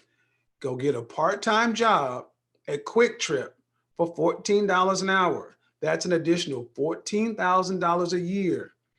After taxes, you have about 10 grand. Take that money, invest a third of it for your future. Take 50% of it and hire coaches in personal development. Invest in yourself. See, you're only going to make more money per hour or more money on salary by increasing your skill sets. The trick is no one's ever got rich working long hourly wages. You have to make money in chunks. And consultants put you in a position to help you make money in chunks. It's return on investment. All right.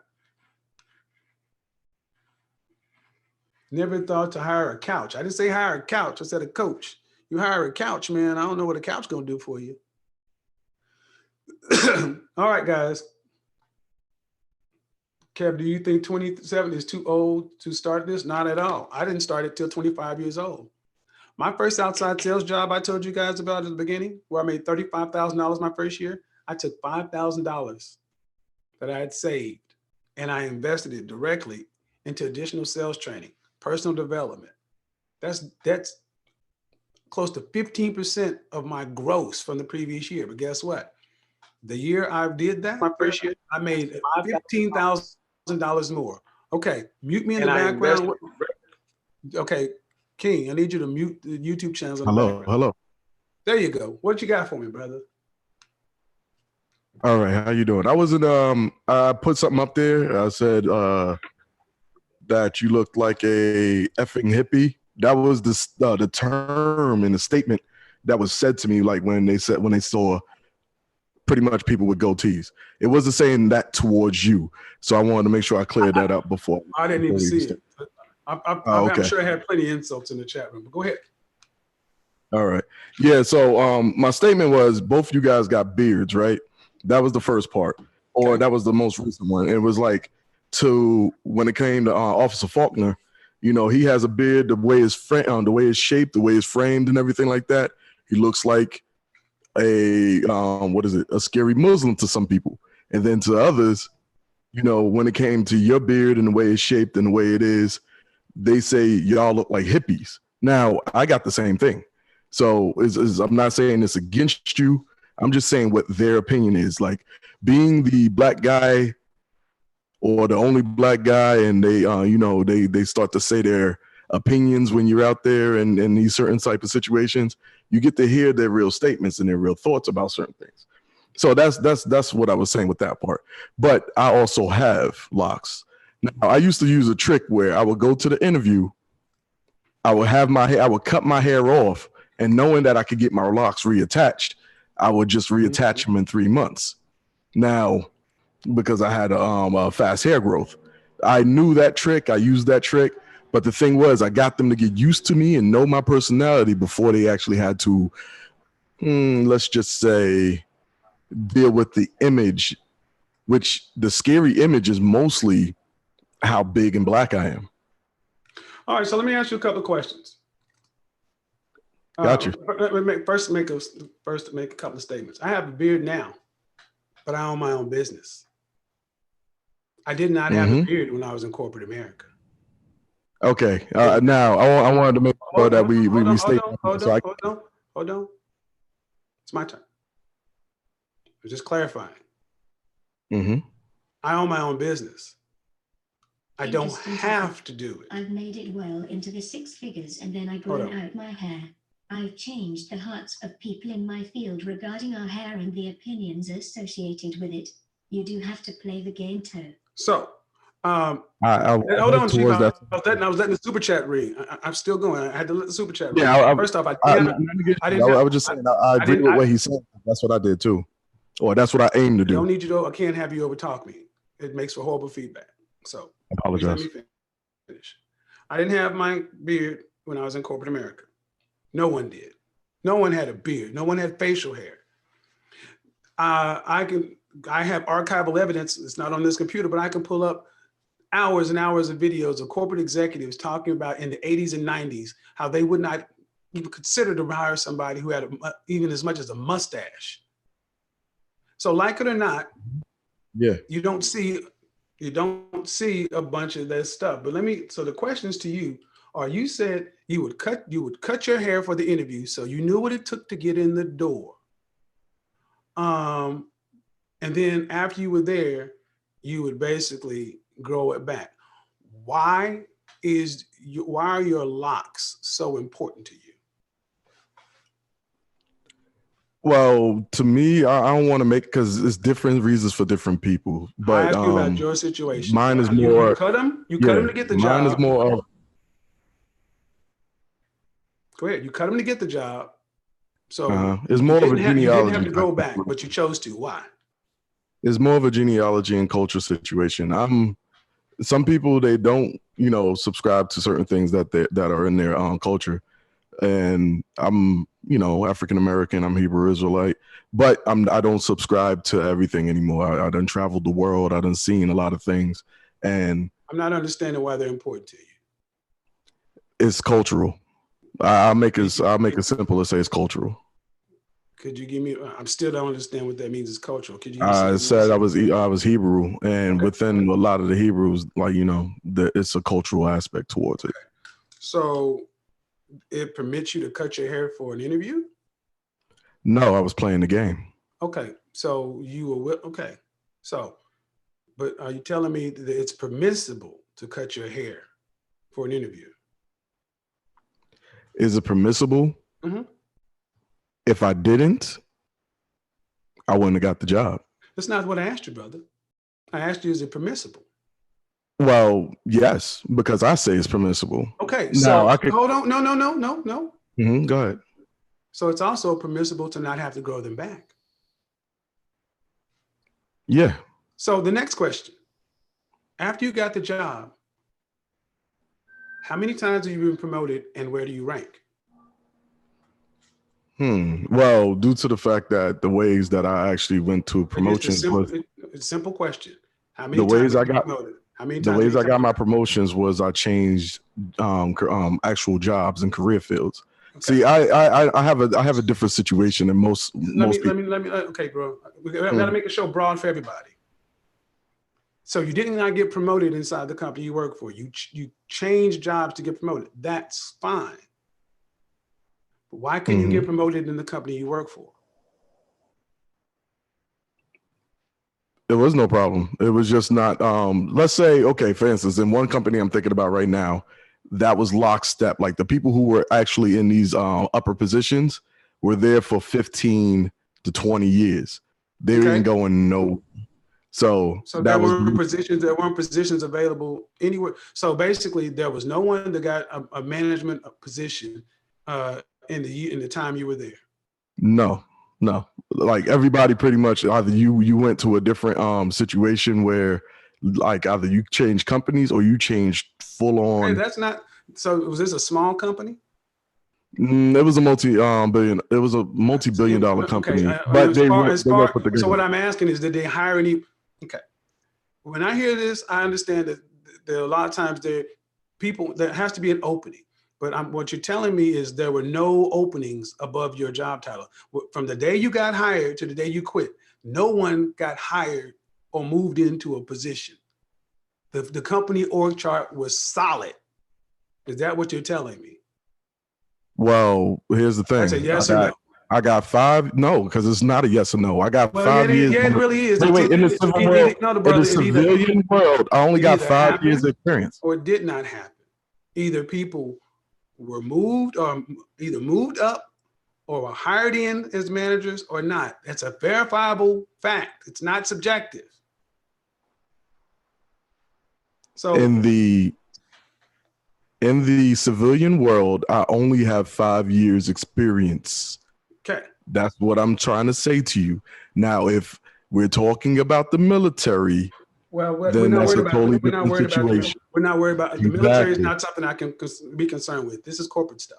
Exactly. So now that I'm in corporate America, I have a different situation than the rest of everyone or a lot of people. So in my situation, I waited 10 years to get my hair back. And once I got my hair back, because I joined the military, it was a decision that a few people that were in my culture made, that we did this together, and we went and we was like, hey, we got to cut them and whatever like that. And it was something that we had spoke to our elders about before we even did the thing. But now that I'm back in the civilian world, now that I'm back in the situation that I'm in, I chose to grow my hair back. But I understand, due to the fact of what this nature is, what the nature of this country is, and everything else that comes along with it, that I have to play certain games. But the number one thing that they do is when they hear me and they hear my personality, they see the type of man that I am. They see that I'm not, I'm not overzealous, but I am zealous. I am relenting. Okay, when it comes to certain things, they don't pay attention to my hair. Can you get to, okay, so what you're telling me is, you're smart enough to know you have to cut your hair to get the job, but this means enough for you that you're willing to sacrifice opportunities for your culture. I keep saying it's for your culture, but it's up to you. You're making choices, and that's fine. I'm completely okay with it, but you also understand something. You can put it off on the fact that you're a black man and this and that. No, this is an attitude. There's a rebellion here. Because I'm not rebelling. Yeah, it is. Because if you understood, because either you were permissible according to the law, statutes, and commandments of your culture, your religion, to cut it or not. You could choose. You can choose. You went to the military, they told you to cut it. The white man told you to cut it. You cut that shit because you wanted his benefit. You wanted the white man's job, and you had to go either cut that hair to get the white man's job, you cut it. But then you brought your ass in there, and then 10 years later, you said, you know what? Now I'm in this motherfucker. Now I can do what I want to do. Well, guess what? But if you want to get anywhere, you either going to have to influence those people to move you up. But if I tell you right now, people look at stuff like that and say, that guy looked one way, came in, he duped us. But they're not gonna move you up. Duped us by the hair, or he duped us by his work ethic? How many black men are in your company have dreadlocks who are upper management? Almost. You saying like okay, upper management. Upper management. Well, you know what it is. Also, I'm in California. Upper management. Wait. I'm in California now. Upper management. Now, when it comes down to upper management, I'm sorry. Management is all I want to hear. Management, they're all pasty white guys with daggone with their hair missing. Management, they're white men with hair missing. See what I'm saying? What are you saying? You're not saying anything. All right. Apparently, he doesn't. You're not saying anything. Let me go ahead. What you're saying is upper management, and I'm telling you that these men are only men that are. I'm sorry. I'm loud. I'm like angry man. Excuse me. Go ahead. Say what you're saying. You muted yourself, sir.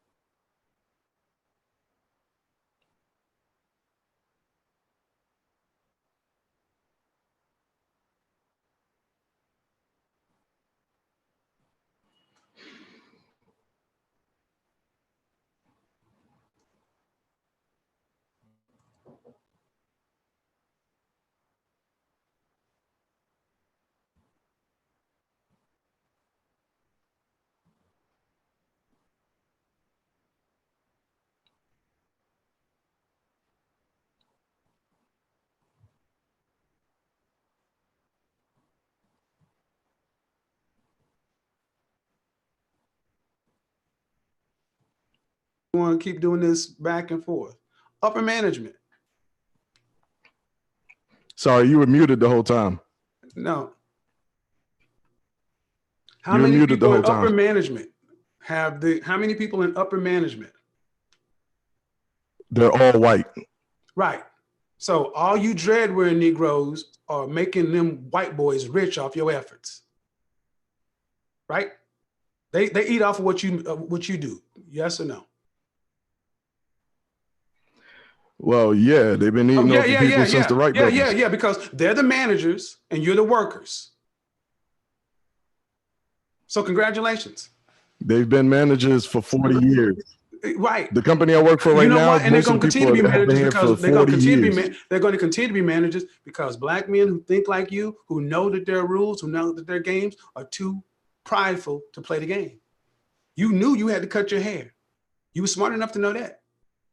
But you're not smart enough to realize, you know what, if I kept my hair cut, maybe I can displace one of those people. I can get one of those positions. You know what? Here's the funny thing is when they want to put you in jobs. Hold on, folks. Hold on, dude. Hold on, man. Let me tell you something. As someone who's been there. When they want to move, when they want you in a position, they'll make a position. I'm almost 40 on the 9th. I've been there. When they want you in a position, they will make a position for you. When white people want you in some place, they'll make a position. They'll make a job title. So I don't really see that.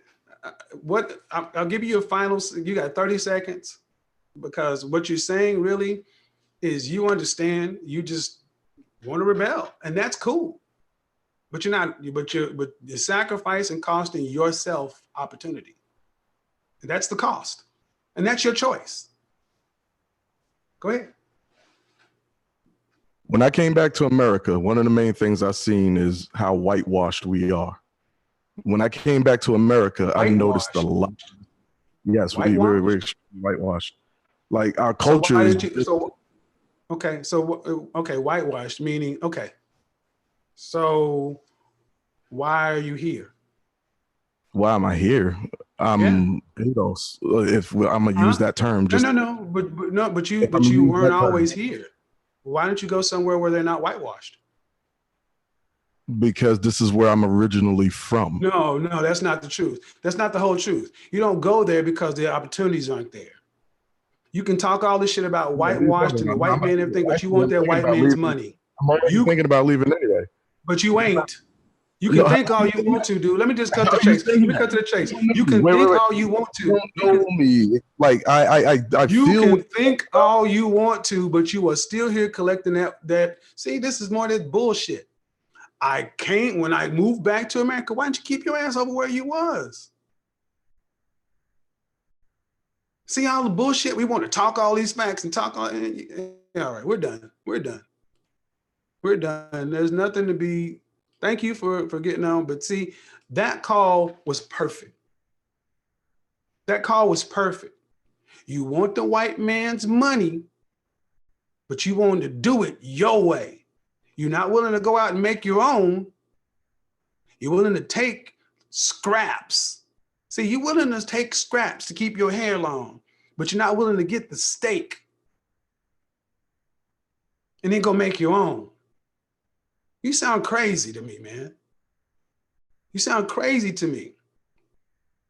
And that's unfortunately how so many black men are thinking about this stuff. These are actual decisions you guys are making to walk around with dreads and Jordans at 40 years old, talking about the white man and white supremacy and crackers and selling out and all that. You are a joke.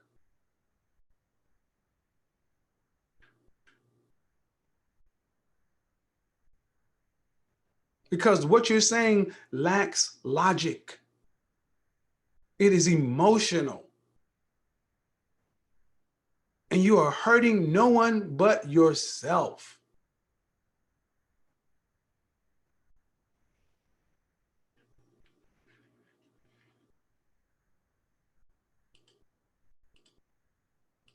Let me go ahead and help you out too. So this is why this channel is not for everybody. This channel is not for everybody. This channel is for guys who want to be in the upper 10% of men. This channel is for guys who want to be 6 figures plus and upper management, not just making a bunch of money and lone wolf stuff. It's not. 80% of the world, 80% of guys will never need an image consultant. What I do ain't for everybody. But neither is having an attorney or retainer, having a financial advisor, their own personal broker. Look, success has a formula. It's been studied. And the thing is, it's not about information. See, what you guys realize, it's not about access to information for so many Black men. It's about a stubbornness, an egotism, a self-importance. I shouldn't have to. I ain't gonna sell out, whitewash this, but then you'll sit your ass right here and take their lessers. You'll take the scraps, but you won't get up there. And here's the real thing. A lot of guys don't want to actually cut their dreads and go up there because they don't know if they can compete. They don't know if they can really compete. See, when I stepped up to have to compete, I put myself in, there was no more talk. See, it's one thing to compete on an individual level, but when you have to move up into management, that means you got to motivate people to act on your behalf. And see, how do you motivate people to act on your behalf when you're a rebel? When you're like the last caller? Who can he manage and lead? He could lead and manage white folks with this whitewash mentality. And really? See, who are you gonna lead? You get to pick. You picked your career path. You chose to be an attorney. That means you can't say, I want to be, you want to be a physician? You want to be a dentist? Guess what? That comes with the set of rules.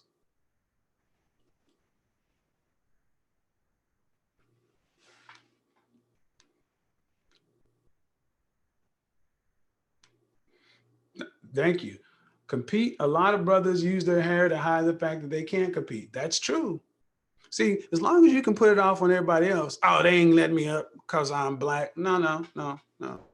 Because see, if you see Colin Kaepernick, my frat brother,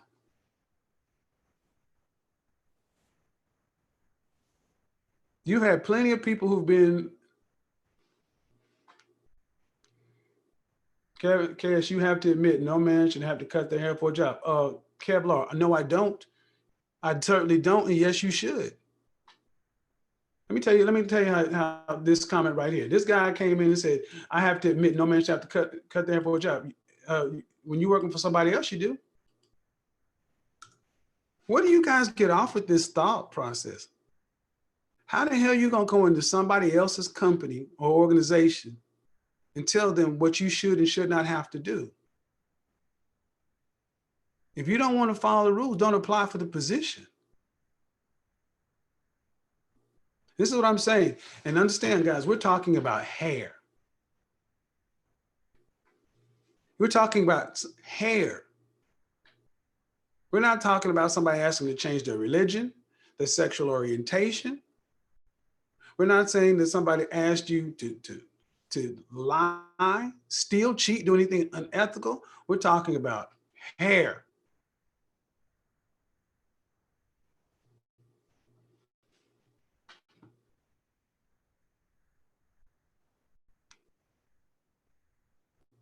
Even shaving off your beards, you don't have to do anything.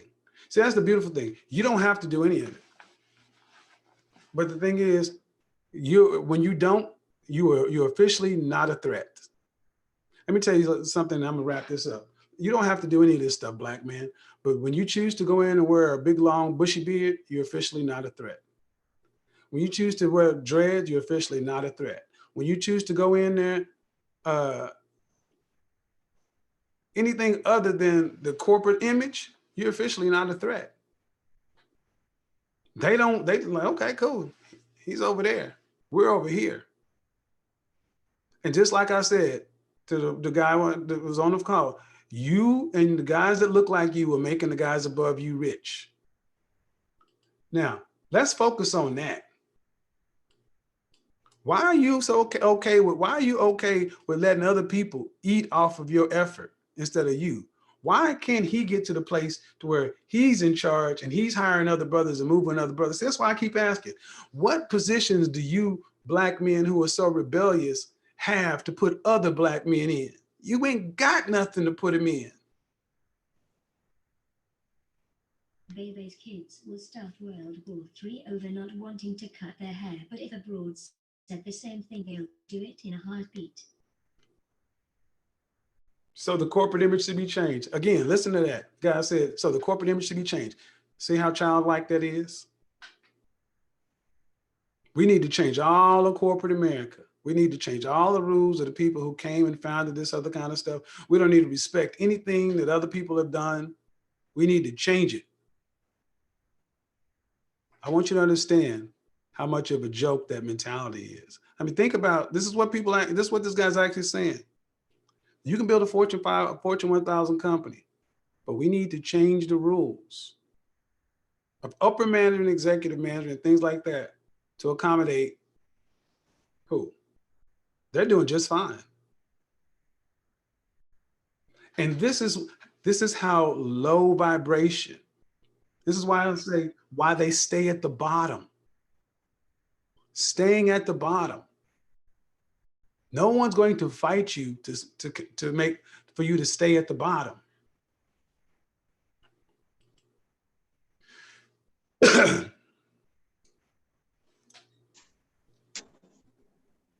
you hear me? Yes, go ahead. What's Hey, your Kevin. question? My question, really, I don't really have a question. I just really wanted to say, Kevin, thank you for everything you're doing, like for real. And I really hope that all this pushback that you get, that you don't get discouraged and just quit it altogether. Oh, because, no, seriously, because I literally have a headache from being mad at the reaction, the response that you're getting, because we're talking about hair. You know, Kevin, and this is just a small example, man. I called into your show last year, January or February, and I've been listening to your videos and stuff. I'm a security guard. I was making $10 an hour. I make $12 an hour now. It's not really a big jump. But the reason why I make $12 an hour is because I was listening to all the advice you give in your videos. You understand me? I'm about to plan to move to the city where you at right now, and I'm arranging shit right now. You understand what I'm saying? To work in corporate. So, oh man, look, I can't even thank you enough. First of all, and everybody else that came to challenge you and stuff. They're not even on the level to ask any questions right now. You just go ahead and do your due diligence first before you come, and then you have something to challenge Kevin on, because none of y'all niggas is saying nothing.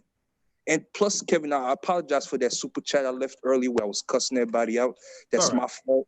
But please, brother, keep on doing what you're doing. Your suit looks immaculate.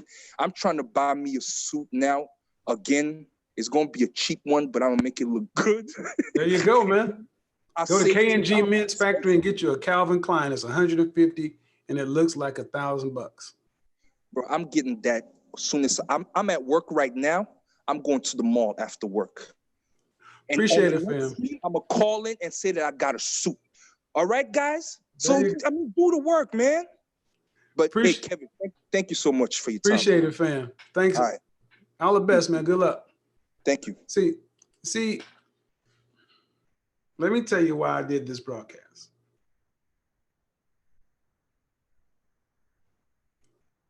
Black men, I need you to understand something.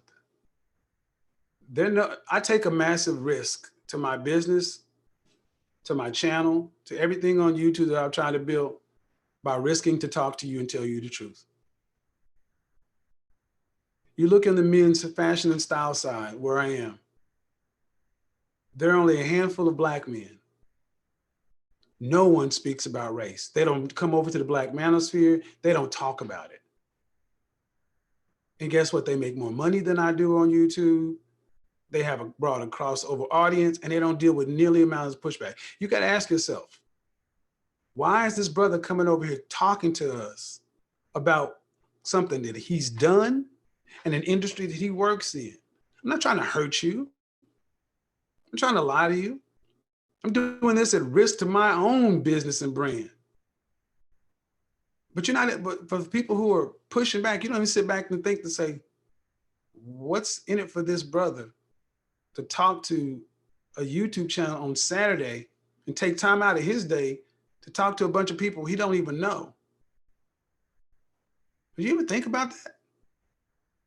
What's the benefit to me?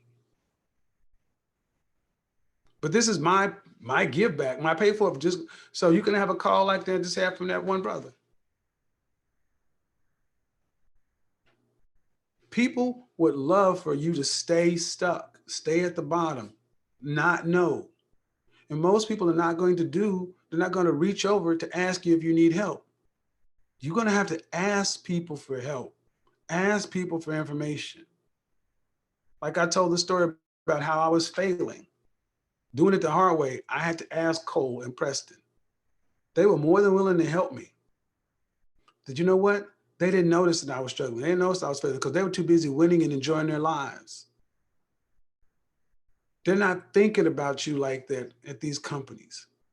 They're not worried about some of the stuff you guys talking about. All they do is they see a guy with dreads or with tattoos or whatever who looks out of place and they say, that guy is a great worker, but he's not management. And they will continue to give a beneficial situation. You're working for them, you're getting paid, and they're reaping the benefit of your effort, but you're not moving up. You're doing the same thing. And that should be more offensive than anything else, that you're not actively in the management, upper management owner's box. And unlike your father and your grandfather, your great-grandfather's generations, where you were physically locked out, legally locked out, you're not legally locked out. You're emotionally locked out right now.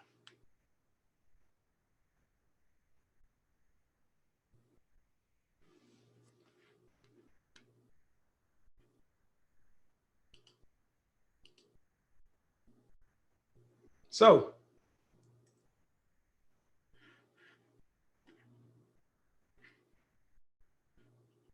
all right, understand something. So, this is not,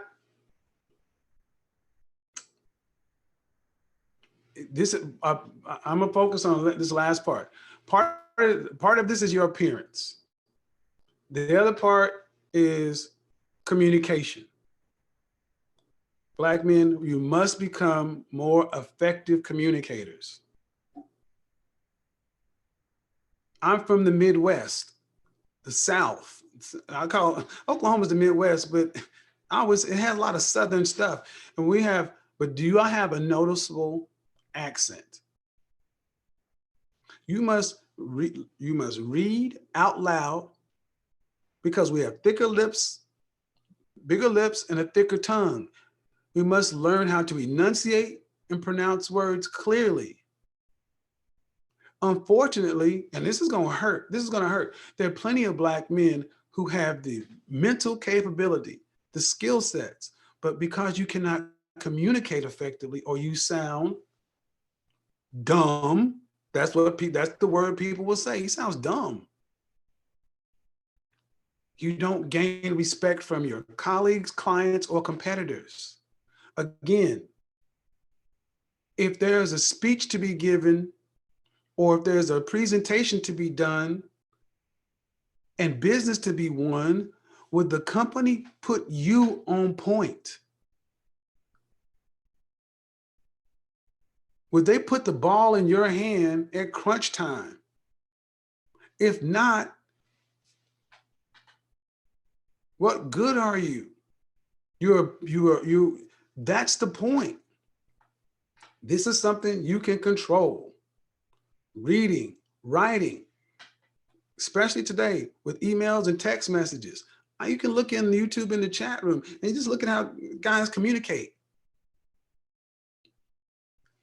Talking and writing in a stream of consciousness with no punctuation. You know how bad that makes you look? One poorly written email can destroy a career. So Your communication skills must improve. That's why you need to work one-on-one with the coach, because it's specific to you. Verbal exercises, verbal drills. Yes, you've developed the habit. You can unlearn the habit to where you can turn it on and turn it off. And then your digital footprint. How do you look online? Because I will tell you this, people in corporate America are always looking. If you ever think that, oh man, I'm not being seen, no, they always got people looking. When I was in management, I had eyes all around the office manager, my assistant, someone over in engineering and credit and customer service. You can't tell you how many times someone will come by and say, oh, I saw so-and-so do this, I saw this. People, there's so many snitches in corporate America to where you think you're around somebody and they tell an off-color joke, you always have to be on. Because when they're looking to move someone into upper management, they have to trust you with intellectual property, proprietary company secrets. You have to be trusted with decisions to make hundreds of thousands of millions of dollars. To put you into management, that means they got to put you over people. They can't have somebody in there who can't communicate, that could risk a potential legal exposure from a company lawsuit. It's not that you're not intelligent. It's not that you can't do the job. You don't have the skills. How do you look online? If I went to a lot of you guys' Instagram and Facebook, I can tell you right now, you are a non-factor. You've seen this happen in Hollywood often, to where celebrities in this cancel culture are losing opportunities and things from tweets and stuff they made 12 years ago. But if you don't think that companies and corporations have people like myself behind the screen, when I get paid to do a debrief or an opposition research on a potential C-level candidate, when a company says, hey, Kevin, we want you to vet these 5 people applying to be CFO. Tell us what you find out. And then I go and do my research. Look at what I found on look at what I found here. Look at what you found there. They got people like that who do nothing but scour the internet to try to find what their competitor who's working against the company that you work for, their competitor is looking for dirt on you too. Again, upper management candidates have to line up with corporate focus, mission statement, and overall corporate brand. Now, you choose to go, now, that's the path.